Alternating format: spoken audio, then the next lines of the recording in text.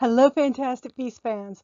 On the 8th day of Grindelmas, my true love gave to me 8 odd things about Abernathy and how they may relate to Aurelius Dumbledore. I'm Susan Chapal with Fantastic Secrets Behind Fantastic Beasts to bring you the clues.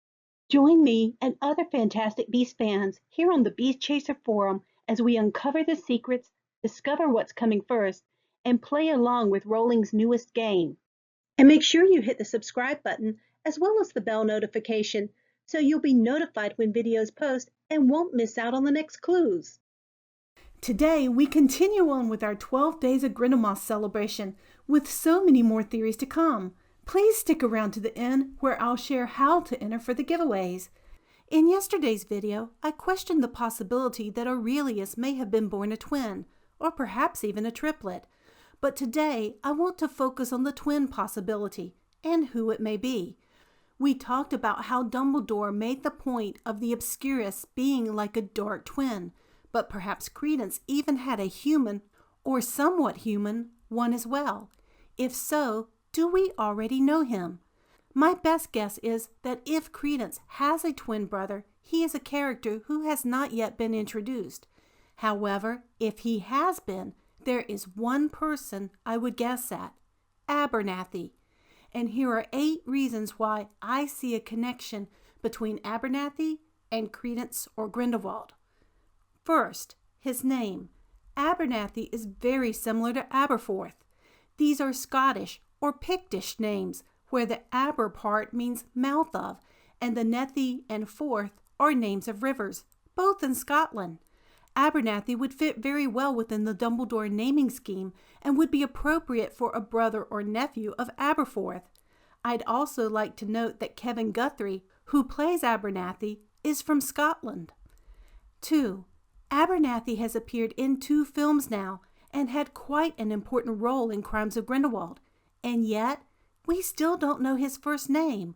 We know Vinda Rosieres and Torquil Travers and Arnold Guzman's, but not Abernathy's. Would his first name reveal something important? Or could he have switched his first name to his last to hide his connection to Dumbledore? Third, as we discussed in a prior video, Abernathy seems quite skilled with transfigurations. If he's an offspring of either Dumbledore or Grindelwald, transfiguration could also be an inherited trait. It's possible he was using polyjuice both when he transfigured as Grindelwald and then in the French ministry as the elderly Lestrange woman. But if so, he's much more skilled at its use than Newt. When Newt uses it to transform as Theseus, he does a lot of head jerking. Abernathy's transformation both times, but especially the second, is much more fluid. 4. In FB1, Abernathy was supervisor to both Tina and Queenie, and he seemed quite concerned that Tina was tracking those second Sailomers again. Could he perhaps have been keeping a watch on them himself and didn't want her interference? 5. Whether that's true or not, Grindelwald seemed to possess more information about Credence at the beginning of FB2 than he did at the end of FB1. Sure, seeing him transform would have told him that Credence was the Obscurus, but how did he acquire the information of Credence's relationship to Dumbledore, all while locked up in MACUSA prison? He seems to have had one contact, though, and that was Abernathy. Could Abernathy have tipped him off about Credence's real name as well? A little suck-up gift from information he already possessed? 6. Whatever Abernathy had to offer, he became one of Grindelwald's most trusted acolytes. He even, briefly, held on to what appears to be Grindelwald's most prized possession, the blood vial, which, as Abernathy, Grindelwald was reluctant to turn over to Spielman. Wouldn't it be funny if Rowling had Abernathy, in a move a la Harry and the Snitch, catch and hold in his mouth a blood trough that carries a key secret about his past and his future? 7. Abernathy was even trusted to relocate the Lestrange family tree, so that makes 2 items of particular connection to Aurelius that Abernathy handled as well. 8. Then finally, there is the strange deal with the tongue.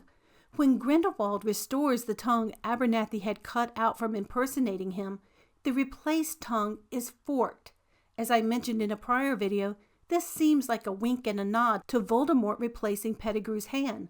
But there's more. The forked tongue at first seems to be a symbol of Abernathy's two-faced deceiving nature. And I'm sure it is. But there's another link as well. In the Thestral coach, Spielman refers to Grindelwald's silver tongue, taunting them that he's lost his eloquence. But that silver tongue reference is moments before Grindelwald replaces Abernathy's lost tongue. I think it's another hint linking these two men with similar natures and abilities, perhaps because of a shared blood relation. I'll be honest with you, when I started out this theory, I only had 1 or 2 links between Abernathy and Credence and doubted seriously that he could be Aurelius's dark twin. But the more I researched it and the more links I found, the more plausible it became to me. I'm still torn with questioning whether we've been introduced yet to this possible relation, but if Credence has a twin, and if we have met him, then Abernathy is definitely my best guess. So, what do you think? Could you see Abernathy being in the Dumbledore family? Or who would be your best guess for Credence's dark twin? Please share your thoughts in the comments. And don't click off yet, because I'm about to announce the giveaways for my 12 Days of Grindelwald celebration. Also, please check out my new fan shop on Amazon for books and Funko Pops and wands and all things Fantastic Beasts. The 12 Days of Grindelwald will celebrate all things Crimes of Grindelwald, not just the man himself. To thank you for a year of wonderful community as we awaited this film together, I'll be hosting lots of giveaways for this channel's subscribers, which will include 3 Newt Scamander wand pins, exclusively from Lumos. I donated and am sharing these pins with you, but please consider them in your season of giving as well. I've linked to Lumos above. Other giveaways will include Funko Pops, such as the Matagot, Chupacabra, and of course, Grindelwald. Entry is simple. All you have to do is subscribe, click the bell notification, and comment on any or all of the videos for the 12 Days of Grindelwald. The more videos you comment on in this 12 Days of Grindelwald playlist, the more chances you have of winning. That's it. Anyone around the world can enter, though be aware that it may take longer for the prizes to reach you. The deadline for entry is December 24, 2018. For a description of the prizes and a full list of how this giveaway will work, see the description box below.